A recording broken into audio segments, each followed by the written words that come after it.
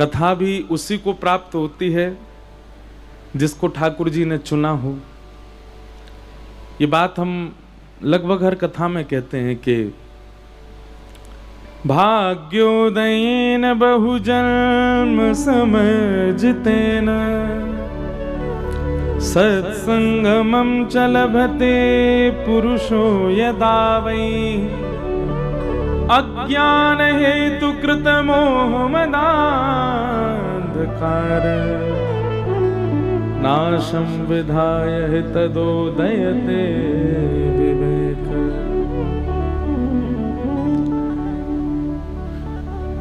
बहुत सावधानी से सुनिए।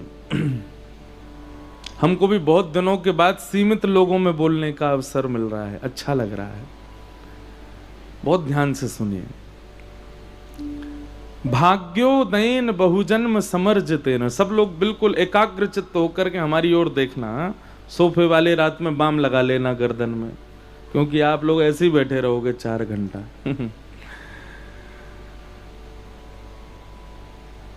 कई बार हम लोग ऐसा प्रश्न करते हैं कि हमने तो इतना पुण्य किया, इतना भजन किया, सब अच्छा करते हैं, दान करते हैं, किसी का कभी बुरा नहीं करते, सब अच्छा ही अच्छा करते हैं, उसके बाद भी हमारे साथ अच्छा क्यों नहीं होता? सबसे पहले तो अपने चित्त में से कॉन्सेप्ट निकाल दीजिए कि आप अच्छा कर रहे हो तो अच्छा ही मिलेगा। जैसी करनी वैसी भरनी एक पहेली तो है, एक मुहावरा तो है, पर यह घटित नहीं होता। घटित क्या होता है? बोलो, होय सोई जो राम रचि राखा। आप चाहे कितना भी भला कीजिए, पर होगा वही जो ठाकुर जी चाहेंगे, होगा वही जो आपके प्रारब्ध में होगा वही जो आपके कर्म में नियोजित होगा। हाँ, आपको भलाई करना है, आपको बढ़िया ही करना है, आपको अच्छा ही करना है, पर आपके साथ उसी समय अच्छा हो ऐसा नहीं होगा। कब होगा ये ठाकुर जी जाने। इसलिए कई बार लोग प्रश्न करते हैं, हमने बहुत कुछ अच्छा किया, उसके बाद भी हमारे साथ अच्छा क्यों नहीं हुआ? हमने बहुत पुण्य किया, दान किया, तो पुण्य दान सब इकट्ठा होता जाता है। जब हम लोगों के लिए ठाकुर जी विचार करते हैं कि अब इसके लिए जरूरी है कि इसके पुण्यों का फल मिले, तो ठाकुर जी फल देते हैं। अब वो कभी भी दे सकते हैं, इस जन्म में भी मिल सकता है, अगले जन्म में भी मिल सकता है। इसका कोई नियोजन नहीं है कि वो कब मिलेगा। लेकिन ऐसा शास्त्रों ने आज्ञा की है, भागवत जी आज्ञा करती हैं कि हमारे अनेक जन्मों के कर्म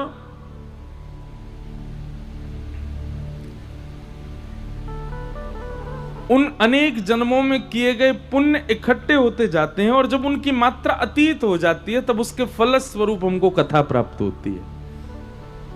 उसके फल के रूप में हमको कथा श्रवण करने को मिलती है। भाग्योदयेन बहुजन्म समर्जितेन, आपने अपने पूर्व के ना जाने कितने जन्मों में कितने पुण्य किए होंगे, वो सब इकट्ठे होते गए, एकत्रित होते गए, और उन सब का फल क्या मिला कि आज आप कथा में बैठे हो, आज आप कथा श्रवण कर रहे हो। श्रीमद् भागवत जी इस बात को प्रस्तुत करती हैं।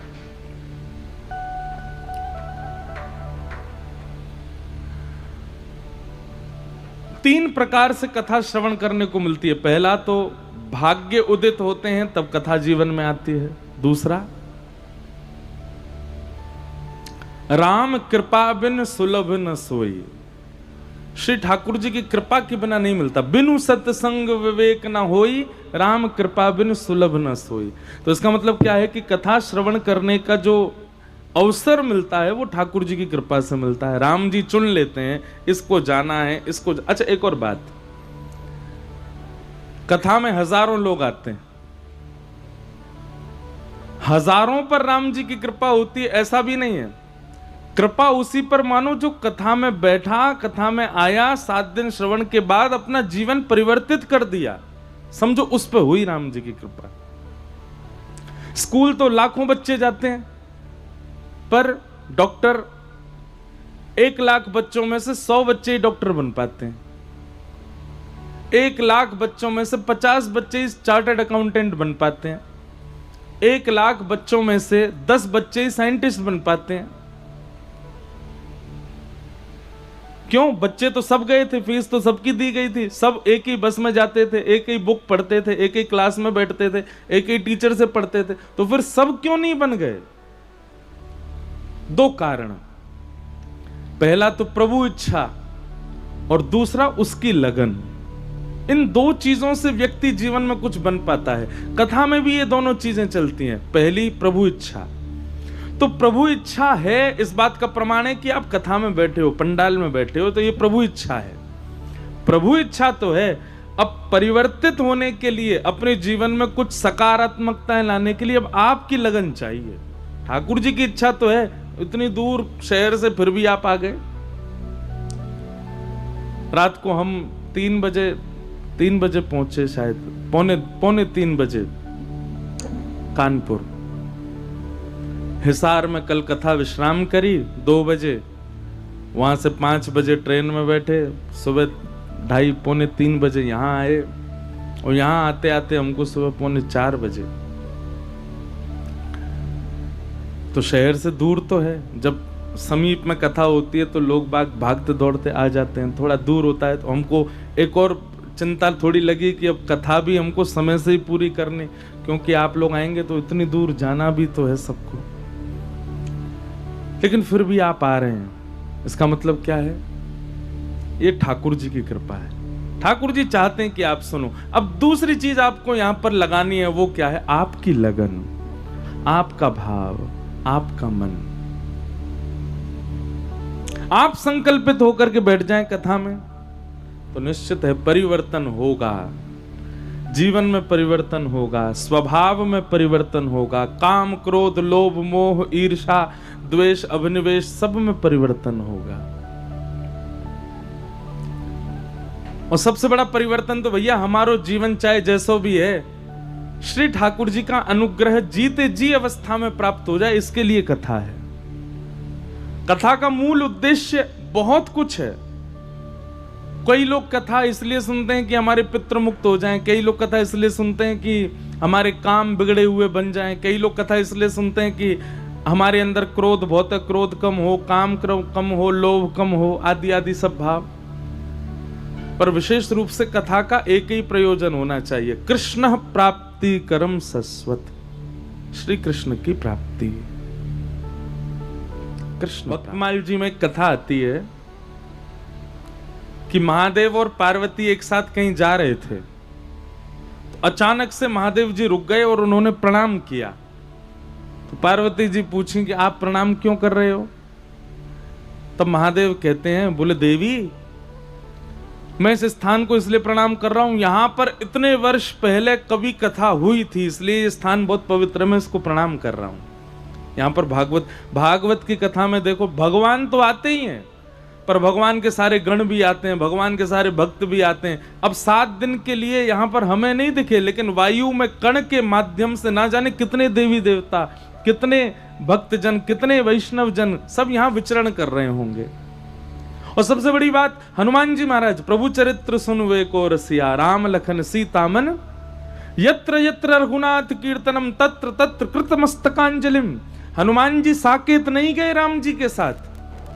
क्यों नहीं गए? बोले कि जहां कथा होगी मैं वहीं रहूंगा, साकेत में कथा नहीं होती इसलिए मैं नहीं जाऊंगा। हनुमान जी महाराज आएंगे यहां पर, तो इसलिए महादेव ने उस भूमि को प्रणाम किया। बोले यहां इतने वर्ष पहले कथा हुई थी। पार्वती जी ने भी प्रणाम किया, बोले धन्य है यहां पे कथा हुई थी। थोड़ी दूर तो महादेव फिर से रुके, फिर से प्रणाम किया। पार्वती जी बोली यहां पर भी किसी ने कथा की थी क्या? बोले नहीं, यहां पे कथा हुई नहीं है। तो बोले आज से 500 साल बाद यहां कथा होगी, इसलिए मैं इसको प्रणाम कर रहा हूं। इसका मतलब समझे आप? नहीं समझे। कथा वहीं होती है जहां महादेव सिर झुका देते हैं, महादेव एक बार प्रणाम कर लेते हैं। कथा हर जगह नहीं हो पाती। कथा का जो स्थान है वो स्थान महादेव के द्वारा ही चुना जाता है। अब ये स्थान भले ही यहाँ पर किसी कारण से बनाया हो, वो रिजॉर्ट बनाया है कि यहाँ ब्याह होंगे, यहाँ पे लोग रुकेंगे, अपना घर का कोई फंक्शन करेंगे, कोई उत्सव करेंगे, आदि आदि करेंगे, पर जिस समय ये बना होगा, अभी 1 वर्ष भी नहीं हुआ ना, ये बना था, उससे पहले ही महादेव चुन गए थे कि यहां पर कभी कथा होगी।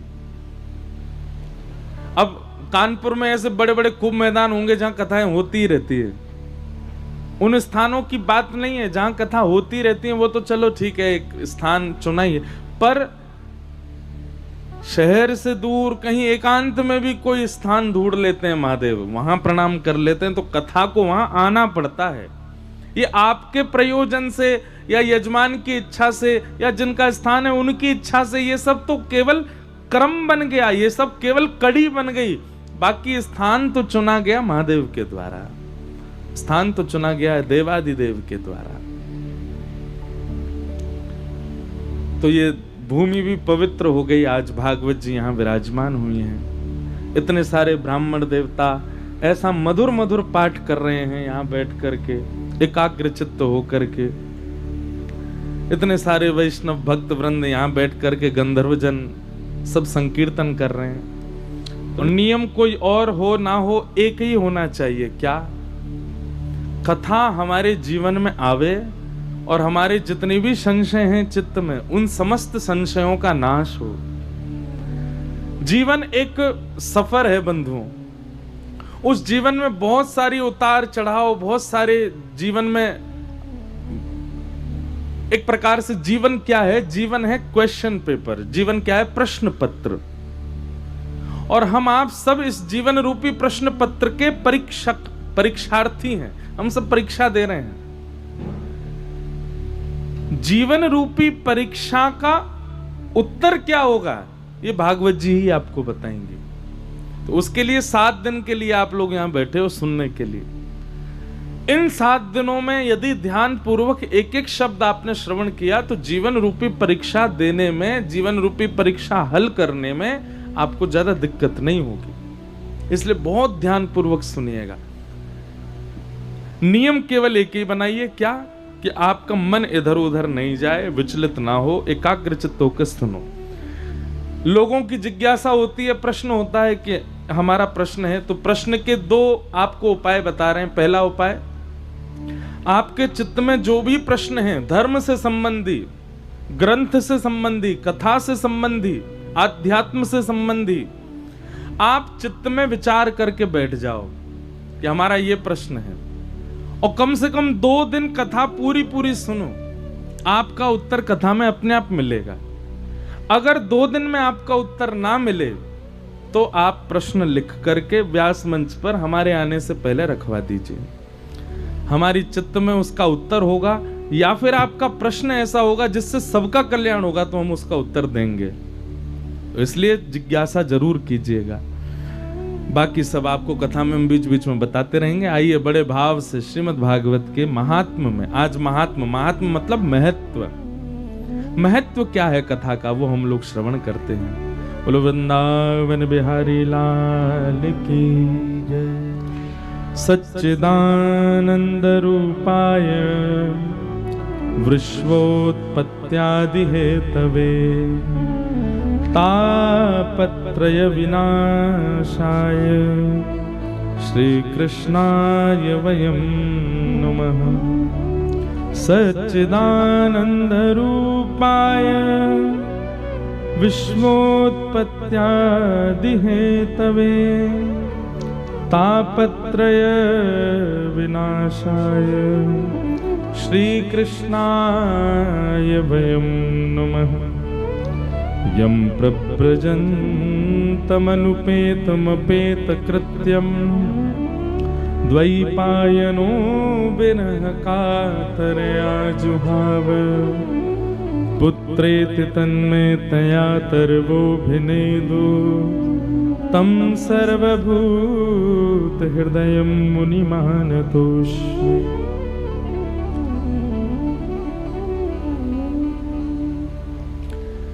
श्रीमद् भागवत जी के महात्म का प्रथम श्लोक। अगर हो सके तो पंडाल की लाइट जलवा दो, क्योंकि अब सब कन्हैया बन गए हैं, सब सांवले सांवले दिख रहे हैं, हमको दिखाई नहीं दे रहे। तो हो सके तो अब लाइट जलवा दें ताकि सब हमको दिखने लग जाएं। सच्चिदानंद रूपाय। बंधुओं, भगवान के रूप अनेक हैं, भगवान के स्वरूप अनेक हैं, पर ठाकुर जी के रूप तीन ही हैं। रूप और स्वरूप ये दो बातें होती हैं। हर व्यक्ति, यहां जितने लोग बैठे हैं, सबके दो पहलू हैं। एक पहलू का नाम है रूप और दूसरे का नाम है स्वरूप। रूप और स्वरूप में अंतर क्या होता है? स्वरूप जो होता है ना, वो बाहर के लोगों के लिए हम लोग धारण करते हैं, और रूप जो होता है वो अपनों के लिए होता है। हम अपनों के सामने अलग होते हैं और बाहर के लोगों के सामने अलग होते हैं। जैसे मैं व्यास मंच पे बैठा हूं, बताइए ये रूप है कि स्वरूप है? क्या है ये स्वरूप है। क्यों? क्योंकि ये ऐसा मैं अपने घर में नहीं रहता, ऐसा मैं अपने माता जी के सामने नहीं होता, ऐसा मैं अपनी बहनों के सामने नहीं होता। हाँ, तिलक लगाता हूं, धोती पहनता हूं, बाहर के श्रृंगार से बात प्रयोजन नहीं है, स्वभाव से प्रयोजन है। स्वभाव सबका बदलता है, अपनों के सामने अलग होता है और परायों के सामने अलग होता है। ऐसे ही ठाकुर जी के स्वरूप बहुत सारे हैं। कहीं पर ठाकुर जी भुजा ऊपर करके धारण करके खड़े हैं, कहीं पर ठाकुर जी बंसी बजा रहे हैं, कहीं पर ठाकुर जी लड्डू हाथ में लेके, कहीं पर माखन हाथ में लेकर के, कहीं ठाकुर जी शेषनाग पर पौड़े हैं, कहीं पर संग चक्र गदा पद्म धारण करके बैठे हैं, कहीं पर ध्यान मुद्रा में बैठे हैं, कहीं पर रौद्र मुद्रा में बैठे हैं, कहीं पर करुण भाव में हैं। तो पूरे भारत में जितने भी मंदिर हैं, हर भारत के हर मंदिर में ठाकुर जी का स्वरूप अलग है।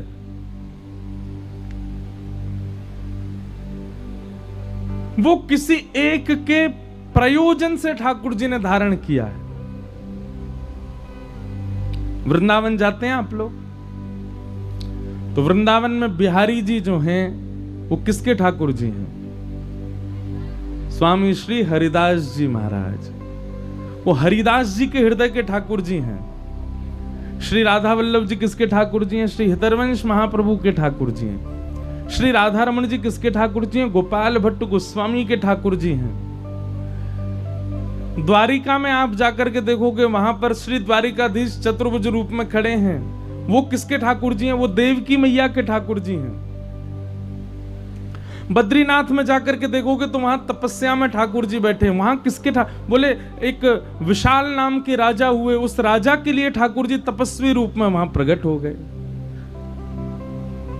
जिसकी भावना जैसी ठाकुर जी वैसे वैसे प्रकट होते चले गए सब जगह। तो ये ठाकुर जी के स्वरूप हैं जो आप मंदिरों में देखते हो। पर ठाकुर जी का रूप क्या है? रूप मतलब जो अपनों के लिए होता है। वो तीन ही है ठाकुर जी के, सत्य, चित्त और आनंद। ठाकुर जी का श्रृंगार कैसा भी हो, कद काठी कैसी भी हो, मोटे हो, पतले हो, दुबले हो, लेटे हो, खड़े हो, बैठे हो, पर सारे ठाकुरों के तीन ही रूप हैं। अंतरंग भाव से वो तीन ही रूप में हैं। तीन रूप कौन कौन से? सबसे पहला सत्य। लिखते जाइएगा। यदि कोई व्यक्ति बहुत मंदिर नहीं जाता है लेकिन सत्य का आचरण करता है, तो सत्य बोलने वाला व्यक्ति उतना ही पुण्यात्मा माना जाएगा जितना पुण्यात्मा वो व्यक्ति माना जाता है जो मंदिरों में ही जाता रहता है। लेकिन कोई व्यक्ति मंदिर बहुत जाता है लेकिन सत्य नहीं बोलता, उसका पुण्य बढ़ेगा? बात बात पे झूठी बोलता है लेकिन मंदिर सारे जाता है। आपकी तन की उपस्थिति कहां है ये ज्यादा विशेष नहीं होता, आप मन से कैसे हो ये विशेष होता है। आप भले ही कानपुर में रहते हैं लेकिन नित्य अपने नेत्र बंद करके श्री वृंदावन बिहारी लाल जी का स्मरण करते हैं, तो आपका उस दिन का अटेंडेंस वृंदावन में ही माना जाएगा। क्यों? आप मन से वहां उपस्थित हो। तो सत्य का आचरण करने वाला व्यक्ति भी भगवद उपासक माना जाता है। राजा हरिश्चंद्र उनका नाम लिया जाता है, वो सत्य उपासक थे। राजा हरिश्चंद्र गोस्वामी तुलसीदास जी से कम नहीं है। राजा हरिश्चंद्र भक्तिमती मीराबाई से कम नहीं है। क्यों? क्योंकि वो सत्य का आचरण करते हैं। सत्य भगवान का रूप है। तो सबसे पहला रूप क्या है भगवान का? सत्य। अच्छा, एक और बात, सत्य भी सब जगह बोलना चाहिए यह भी धर्म नहीं है। यह भी सत्संग आपको सिखाएगा कि सत्य कहां बोलना चाहिए, कैसे बोलना चाहिए, कितना बोलना चाहिए।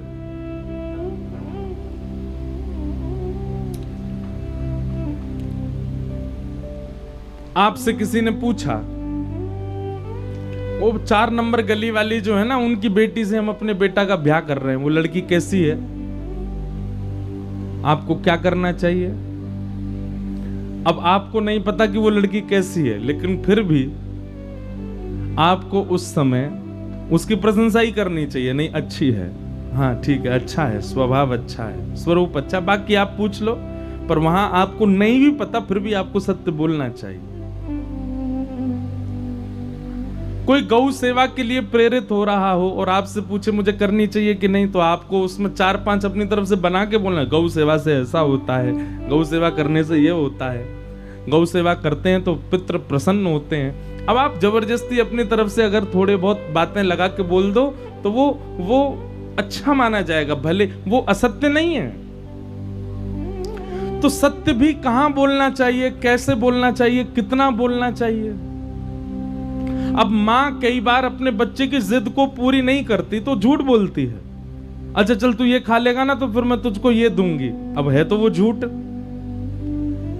बच्चा जब खा लेता वो कहता लाओ टॉफी दो, बोले अच्छा नहीं अब नहीं दे रही मैं। बोले आपने झूठ क्यों बोला? तो वो झूठ आपका पाप में नहीं गिना जाएगा।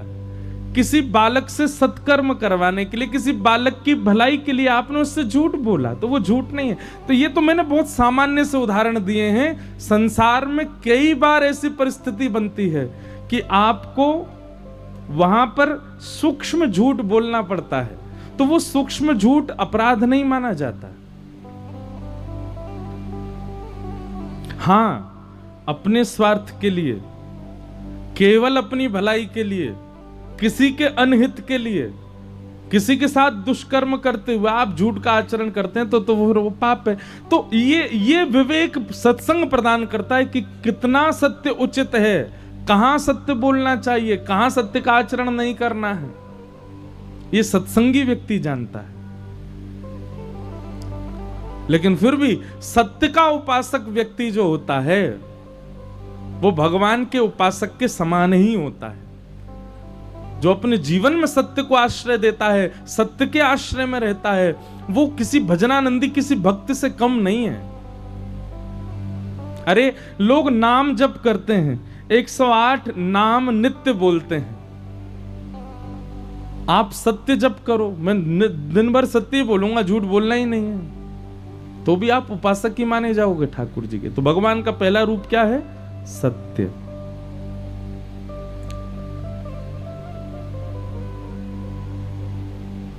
दूसरा रूप क्या है?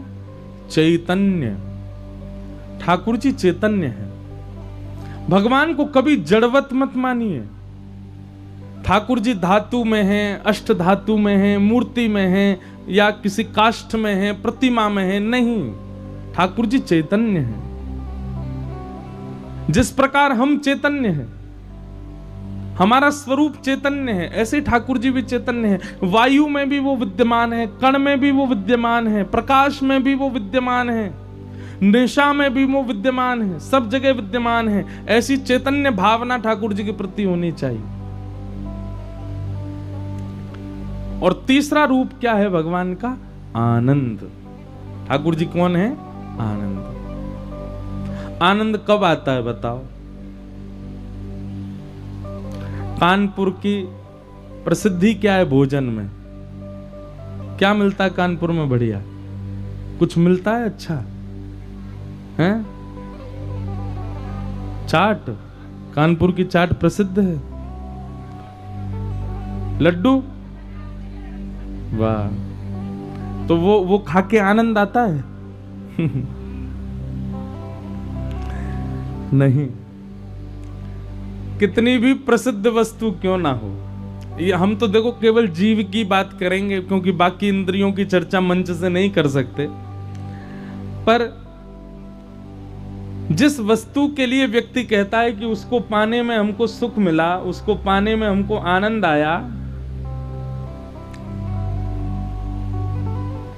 उसकी एक लिमिट होती है, उससे ज्यादा आप उसका उपभोग नहीं कर सकते। आप चाट कितने दोना खा लोगे? एक दोना खा लोगे, बहुत ज्यादा भूख होगी 2 खा लोगे, बहुत ही ज्यादा पेट बड़ो होगा मटका सो तो 3 खा लोगे, 4 खा लोगे। लेकिन संसार की किसी भी वस्तु की जब अतीत हो जाती है, वो अति से अधिक आपके पास आ जाता है, तो प्रिय लगने वाली वस्तु से भी घृणा होती है। इसलिए वो उसको आनंद नहीं कह सकते आप। आनंद की परिभाषा सुनिए, जिस वस्तु के अतीत का सेवन करने से, अतीत में उस वस्तु का उपभोग करने से यदि उस वस्तु से आप ऊबने लग जाओ तो वो आनंद नहीं कहलाएगी, वो सुख कहलाता है। लेकिन भगवत संबंधी वस्तु, ठाकुर जी से संबंधी वस्तु, वो कितने भी अतीत में उसका सेवन कर लो फिर भी आपको कम ही लगेगा, उसी को आनंद कहते हैं। श्री वृंदावन का दर्शन कर लो, श्री ठाकुर जी का दर्शन कर लो, कथा सुन लो। अभी तो पहलो दिन आए, आज 7वें दिन आपको यूं लगेगी कहां चले गए 7 दिन, इतनी जल्दी क्यों पूरे हो गए 7 दिन। कहां 3 घंटे की पिक्चर देखने जाते हैं तो कई बार 3 घंटा भी यूं लगे पूरी क्यों नहीं हो रही है। कोई 7 दिन की पिक्चर बना दे तो देखने जाएगा कोई नहीं जाएगा। वो 3 घंटा ही बहुत है भैया, इससे ज्यादा नहीं, क्योंकि वो संसारी भाव है। और यहां कथा आप तो 7 दिन की सुन रहे हैं, हमने तो 1 महीना की कथा भी करी है, 30 दिन तक सुनते रहे तो भी लोग कह रहे हैं बोले अभी अधूरी रह गई, अभी तो भाव भरा ही नहीं। कई लोग रोज कथा सुनते हैं और फिर भी क्या कहते हैं, अभी लगता है कि बस सुनते रहें। क्यों? क्योंकि ये आनंद है। क्या है आनंद का मतलब? जिस वस्तु के अति भोग में भी आप ऊबते ना हो, जिस वस्तु के अति सेवन में भी आपकी इच्छा पूरी ना होती हो, वो आनंद। और एक और बात बहुत ध्यानपूर्वक सुनना, हमारी कथा व्यसनी लोग भी सुनते हैं ना। व्यसनी कहेंगे महाराज जी व्यसन भोगने में भी तो आनंद आता है, व्यसन भोगने में भी तो सुख मिलता है, हैं? रात भर पियो क्या सुख मिलता है महाराज, ऐसा लगता है कि उड़ रहे हैं आकाश में। फिर तो पत्थरों पर भी लिटा दो तो ऐसा लगता है कि बादल की तकिया पे सो रहे हैं क्या। ऐसे ऐसे व्यसनी भी होते हैं। तो व्यसनी लोग कह सकते हैं कि महाराज जी जैसे आपको कथा में आनंद आता है, लोगों को कथा सुनने में आनंद, हमको व्यसन में भी तो आनंद आ रहा है। अब यहां पर क्या बात लागू होगी? कथा सुनने से आपका नुकसान कुछ नहीं हो रहा, भला ही हो रहा है आप। और सबसे बड़ी बात क्या, कथा आपको क्या बनाती है पता है? कथा आपको सकारात्मक बनाती है। जब आप बहुत कथा सुनेंगे ना तो आप किसी नकारात्मक व्यक्ति के पास जाएंगे, उसको हील करने लग जाएंगे। वो व्यक्ति आपके पास बैठने में ऐसा सुख का अनुभव करेगा, कुछ मत बोलो, केवल उसके पास बैठ जाओ, उसको ऐसा लगेगा कि मेरे कष्ट हरण कर रहा है क्या, ये मेरे सारे आर्तों को मुझसे ले रहा है क्या। अति आध्यात्मिक व्यक्ति जो होता है उसका दर्शन मात्र से ये लगने लग जाता है कि हमारा ना जाने कितने कितने कष्ट हमारे खत्म हो गए। और व्यसनी व्यक्ति बगल में बैठ जाए तो यूं लगती है कि राम राम अब कैसे समय कटे, एक एक मिनट यूं लगती है। एक बार हम विदेश जा रहे थे तो हमारे बगल में एक बैठ गया। अब विदेश के जहाज जो होते हैं उनमें पीने को मिलती है, तो विदेशी था, कोई भारत का नहीं था। उसको क्या पता कि महाराज अब भारतीय लोग हों तो वो तो समझ जाते हैं भैया धोती में बैठे हैं, तिलक लगा रखा है, इनके सामने कुछ गलत मत खाओ पियो। विदेशी को क्या पता, उसने तो महाराज खूब पान करता गया। बहुत पुरानी बात है, तब मैं कथा नहीं करता था, छोटा था। पिताजी के साथ गए थे अब वो पान करने के बाद में रोवे मेरे कंधा पे सर रख के, और रोवे से रोवे, और अच्छा इंग्लिश भी नहीं बोल रहा था, फ्रेंच बोल रहा था। अब वो क्या बोले मुझे समझ नहीं आता। मैं उसको बोलूं मैंने इंग्लिश बोले, English no English only French. और फ्रेंच में रो रहा था, उसकी पत्नी छोड़ के चली गई, बच्चे कहीं चले गए होंगे, पूरे रास्ता रोता रहा। इतना कष्ट में आ गया महाराज, कभी हंसे कभी नाचे कभी रो, और मुझे यूं लगे हवाई जहाज कब उतरे। 16 घंटा का हवाई जहाज। अब आप 16 घंटा क्या मैं बैठा हूँगा वहां पे, लग रहा है आपको? हमने तुरंत वो एयर होस्टेस को बुलाया, मैंने मेरी सीट चेंज करो या फिर इसको भगाओ, इसे पूरा बर्बाद कर रहा है। तो व्यसन भोगने से आपकी इंद्रियां प्रसन्न होती हैं, और प्रसन्न नहीं होती हैं, वो दिखाती हैं आपको कि वो बड़ी प्रसन्न है, पर अंदर से खोखली होती जा रही हैं। जैसे ही व्यसन का नशा उतरता है, वही व्यक्ति सबसे ज्यादा परेशान हो जाता है, वही व्यक्ति सबसे ज्यादा नकारात्मक हो जाता है। पर कथा सुनने वाले लोग कथा सुनने के बाद भी घर तक जाएंगे ना, प्रसन्न मुद्रा में रहेंगे। कथा 7 दिन की पूरी हो जाएगी, उसके बाद भी जीवन में भी प्रसन्न रहते हैं। यह कथा का स्वरूप है। इसलिए सांसारिक व्यसन को आप कथा से नहीं जोड़ सकते। वो व्यसन तो चंद घंटों के लिए आपको सुख देता है, पर कथा तो जीवन भर सुख दे देती है, जीवन को प्रसन्न कर देती है।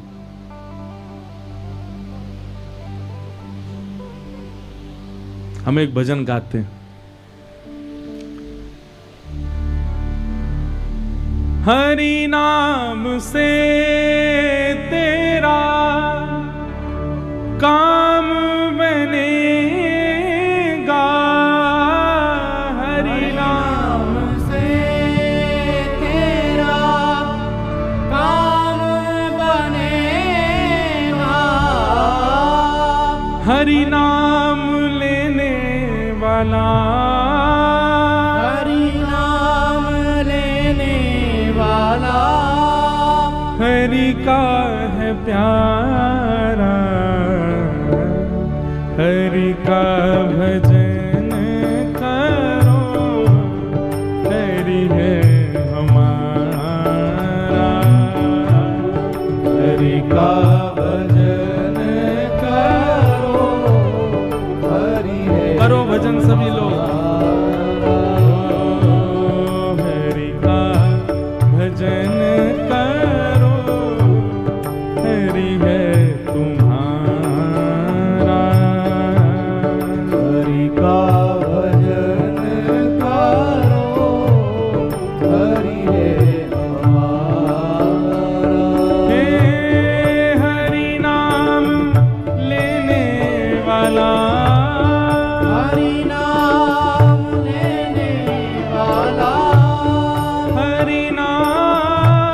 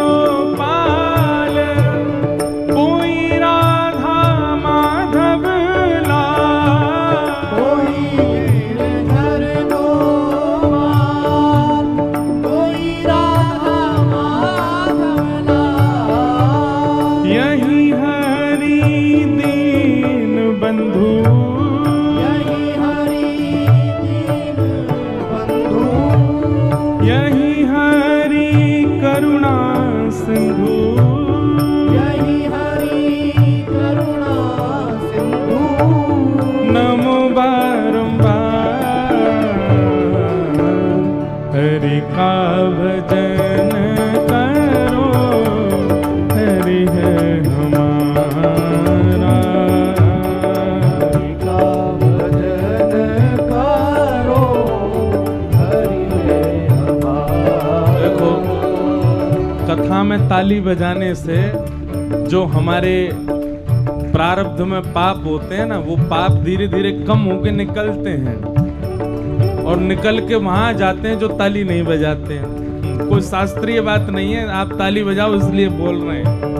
करताल बजा के गाओ भाव से, हरि का भजन करो, हरि है हमारा। हरि का भजन करो, हरि है हमारा। हरि का भजन करो, हरि है हमारा। हरि का भजन करो, हरि है हमारा। ओ हरि नाम लेने वाला, हरि नाम लेने वाला, ओ हरि नाम गाने वाला, हरि नाम गाने वाला। हाँ, हरि का है प्यारा, हरि का भजन करो, हरि है हमारा। हरि का भजन करो, हरि है हमारा। ओ हरि का भजन करो, हरि है हमारा। हरि का भजन करो, हरि है। बोल वृंदावन धाम की।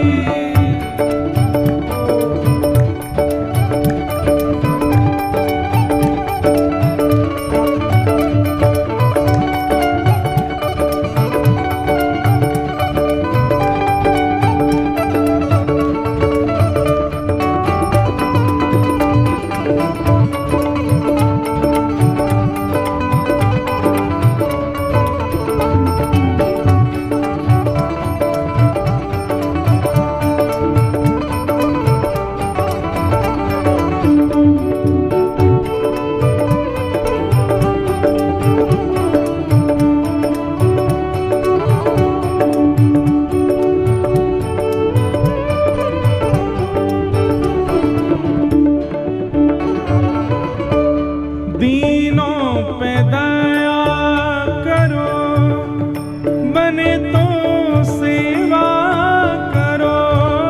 दीनों पे दया करो, बने तो सेवा भी करो।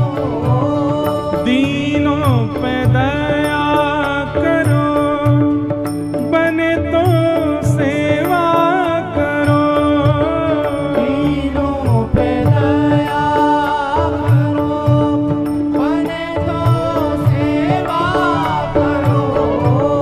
मोह सब दूर करो, प्रेम हरि से करो।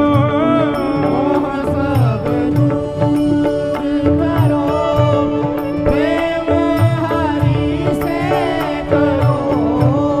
यही भक्ति यही योग, यही भक्ति यही योग, यही भक्ति यही योग, यही भक्ति यही योग। यही ज्ञान सारा। हरि का भजन करो, हरि है हमारा। हरि का भजन करो, हरि है हमारा।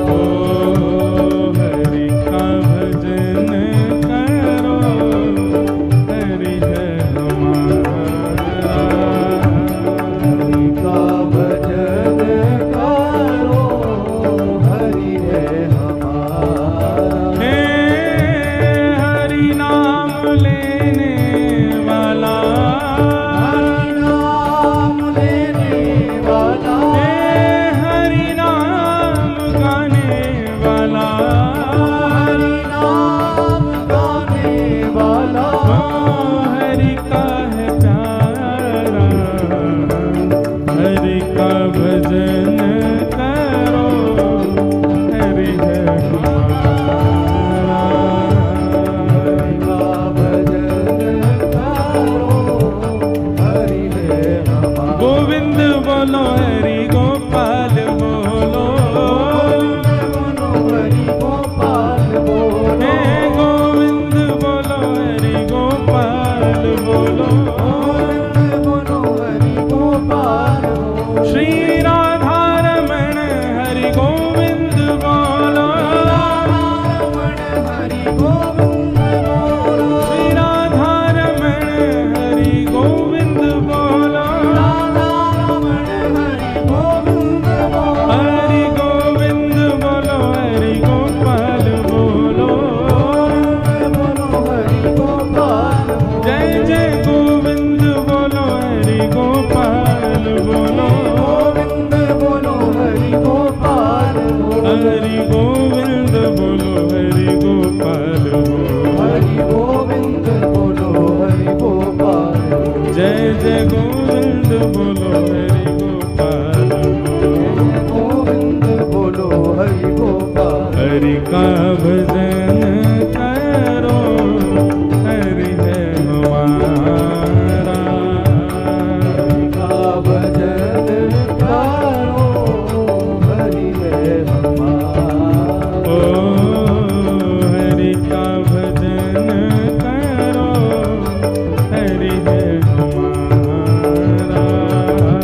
हरि का भजन करो हरि है हमारा। बोलो वृंदावन बिहारी लाल की जय। तो आनंद क्या है? ठाकुर जी के संबंध की चर्चा, ठाकुर जी के संबंध की कथा, ठाकुर जी के संबंध की लीला, ये सब आनंद है। तो भगवान के तीन रूप हैं, पहला सत्य, दूसरा चैतन्य और तीसरा आनंद। सच्चिदानंद रूपाय और विश्वोत्पत्त्यादि हेतवे। ठाकुर जी के तीन काम है, विश्व की उत्पत्ति करना, पालन करना और संहार करना। तापत्रय विनाशाय, तीन प्रकार के तापों का जो विनाश करते हैं। हमारे जीवन में तीन ही प्रकार से कष्ट आते हैं, आदि दैविक, आदि भौतिक और आध्यात्मिक। इन तीनों प्रकारों के कष्ट का जो नाश करते हैं, ऐसे श्री कृष्ण को हम बारंबार प्रणाम करते हैं, भगवान को हम वंदन करते हैं।